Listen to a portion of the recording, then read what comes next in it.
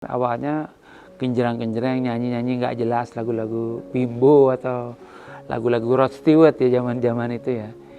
Sebenarnya saya juga udah ngeband itu lebih cepat, kelas 6 SD saya udah ngeband. Band anak SMP yang sudah sudah eksis istilahnya, sudah main keliling Bali, sudah tur sama Bentul sama Jarum Super waktu itu. Pingin melanjutkan sekolah di Amerika waktu itu. Musician Institute namanya di Hollywood.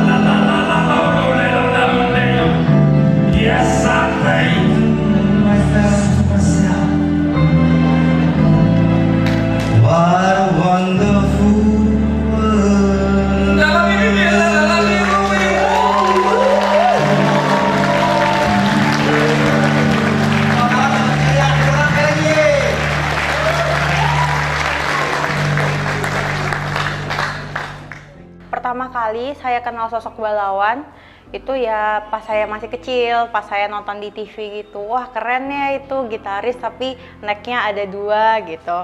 Terus untuk personal saya kenal dia tuh luar biasa banget. Beliau sosok yang luar biasa banget, inspiratif. Kalau misalnya memang ada masalah gitu, dia biasanya sering banget bantu dengan caranya yang unik gitu.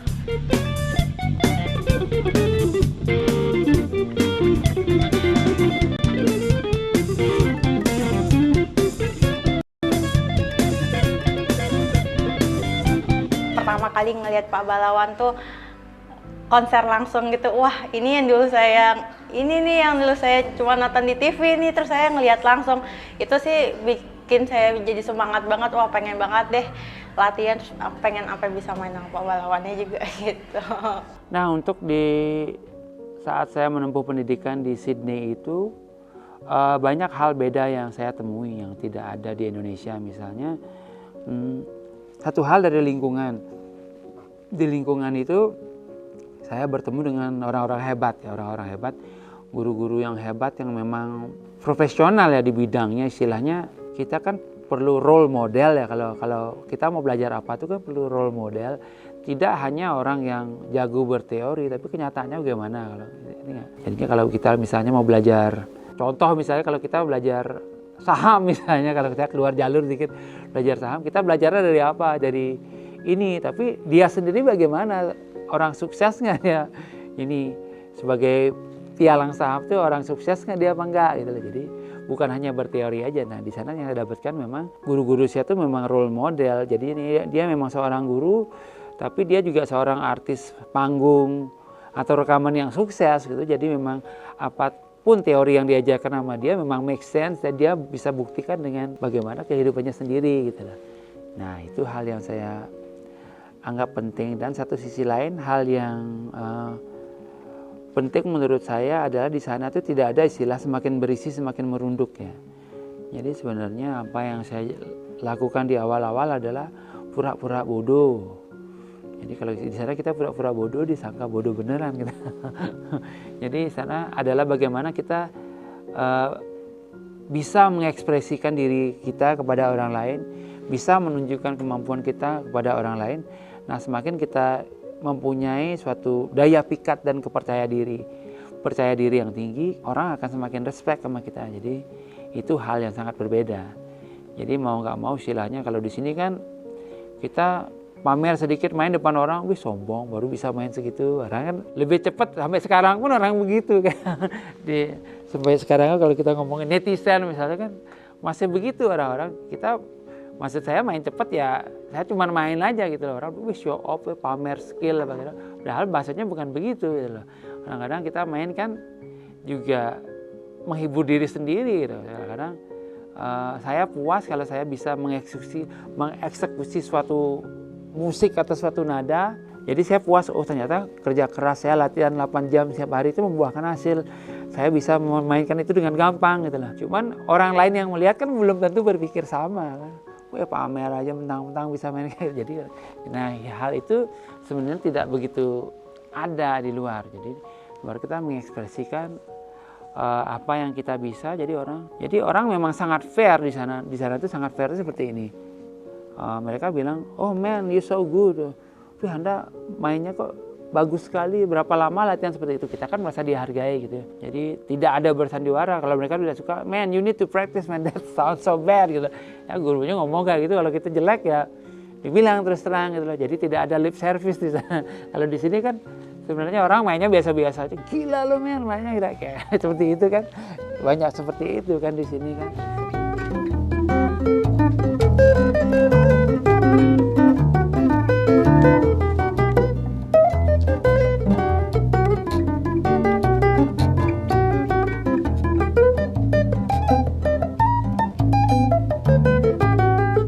Yang paling membuat saya berubah setelah di Sydney itu adalah rasa gengsi itu hilang. Tentunya rasa gengsi itu hilang karena teman-teman yang saya ajak sekolah itu mereka sekolah terus pulang sekolah mereka jualan buah gitu di toko buah gitu, kerja di minimarket, supermarket gitu kan. Jadi pelayan itu di sana saya lihat atau kerja di fast food gitu kan. Mereka kerja di sana, saya lihat ternyata life is not that simple. Maksudnya di sana itu kita harus bekerja keras gitu loh. Karena makanya istilahnya orang bilang di Bali, jan hidup di Bali ya memang jan. Karena orang tidak mikirin selalu ada jalan di Bali itu. Saya pikir sangat beruntung ya. Kita lapar ya di mana aja, ke rumah tetangga, di sana bisa makan. Di sana tuh beda. Nah itu yang terpenting bagi saya di sana adalah rasa gengsi hilang. Setelah saya kesini, saya nggak nganggap orang yang kerja di pompa bensin, saya menganggap, wih kerjaannya kok kerja di pompa bensin, nggak ada perasaan sama. Dulu sebelum ke sana mungkin ada, megai gitu kan, jadi menganggap sesuatu tuh orang jadi supir apa. Jadi sekarang saya sangat menghargai apapun pekerjaannya orang, berarti dia berbuat sesuatu untuk kehidupannya dan untuk menghidupi diri atau keluarganya. Kita harus appreciate gitu loh. Dan tentunya sekarang memang semuanya berubah kan. Dulu orang Bali gengsi jadi driver, atau sekarang ya orang jadi Gojek atau jualan bakso biasa aja kan, karena cara pandang orang sudah makin lama makin berubah. Seperti di luar negeri akhirnya juga ada. Tapi kita sangat ketinggalan jauh. Ketinggalan jauh 30 tahun mungkin konsep itu ya. Kalau digambarkan dengan musik, kehidupan saya setelah datang dari Sydney mungkin lebih gimana ya?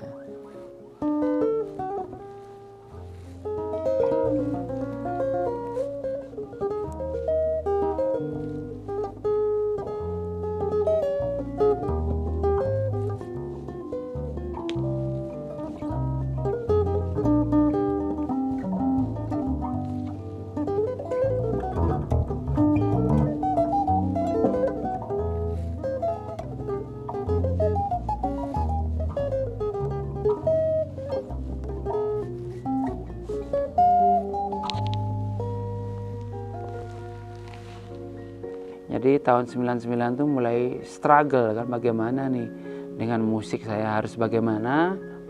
Nah ternyata dengan bermain di kafe-kafe itu juga memberikan peluang yang luar biasa, karena secara langsung saya bisa berinteraksi dengan orang-orang luar, turis-turis itu. Jadi sangat banyak ketemu dengan turis-turis dari berbagai negara, tentunya berbagai negara dari Amerika, Eropa yang memuji istilahnya, permainan gitar kamu bagus segala macam, kamu harus datang nih, ada festival gitar di Amerika, di Jerman atau di Belanda, kamu harus datang ke sana gitu loh. Nah dari 10 bule yang ini yang cuman holiday talk gitu, yang udah ngasal aja ngomong gitu, ya 2 atau 3 orang benar gitu lah. Nah, dan itu saya buktikan karena tahun 2000 saya beneran diundang. Jadi video saya dibawa ke suatu festival gitar di Jerman dan di approve. Di sana saya main di East Midwest International Guitar Festival. Nah di sanalah karir saya mulai sebenarnya di sana. Setelah ikut festival itu ketemu dengan banyak gitaris internasional, terus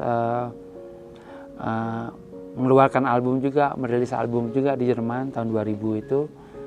Nah di sanalah mulai mengukuhkan diri dan semakin membuat saya berpikir bahwa untuk eksis internasional saya harus beda dengan yang lain. Saya harus mempunyai ciri khas tersendiri yang tidak bisa dimainkan oleh orang luar gitu. Karena saya tuh patokannya dulu kan orang luar gitu loh. Jadi orang Indonesia saya tidak ngelihat gitu. Saya tidak mau Indonesia, yang adanya band idola saya, God Bless, gitaris idola saya Ian Antono waktu itu yang rock itulah. Jadi ya udah Indonesia saya lihat seperti itu. Cuman saya berpikir untuk internasional saya nggak bisa lagi bermain seperti idola saya harus mempunyai karakter tersendiri yang bisa bersaing. Nah, karena dengan ikut International Guitar Festival itu kan saya punya kesempatan untuk melihat gitaris yang dari Rusia, dari Spanyol, dari berbagai negara. Ternyata memang mereka bisa diundang ke festival itu karena permainan mereka beda gitu. Beda dan menunjukkan ciri budaya dari bangsanya sendiri gitu. Itulah yang membuat mereka diundang, bukan karena mereka pinter ngerok atau pinter jazz gitu. Nah dari sana saya bersikeras untuk menggali lagi karakter permainan saya itu seperti apa gitu. Jadi untuk menemukan karakter dari permainan saya sendiri, saya go back ke masa kecil saya belajar gamelan itu kan. Nah, jadi awal-awalnya sebenarnya saya mulai dengan hal yang simple. Oke, bagaimana mainkan lagu Panjem Brahma misalnya pakai gitar. Jadi saya mulai eksperimen seperti itu. Mulailah ngarang-ngarang. Ya.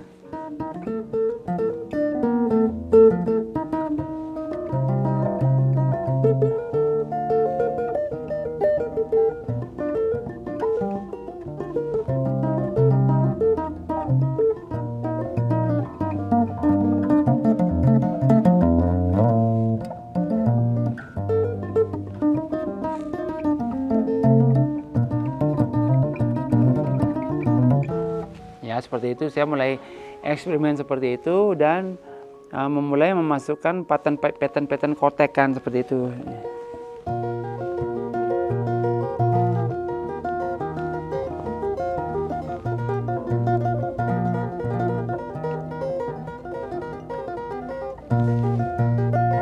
Nah, pattern itu saya masukin. Nah, saya tidak pernah berhenti untuk explore. Setelah saya pikir itu, wah, seru juga nih kalau main pakai 2 gitar sekaligus gitu. Jadi saya mulailah main ini pakai 2 gitar sekaligus, satunya saya taruh di atas meja. Jadi,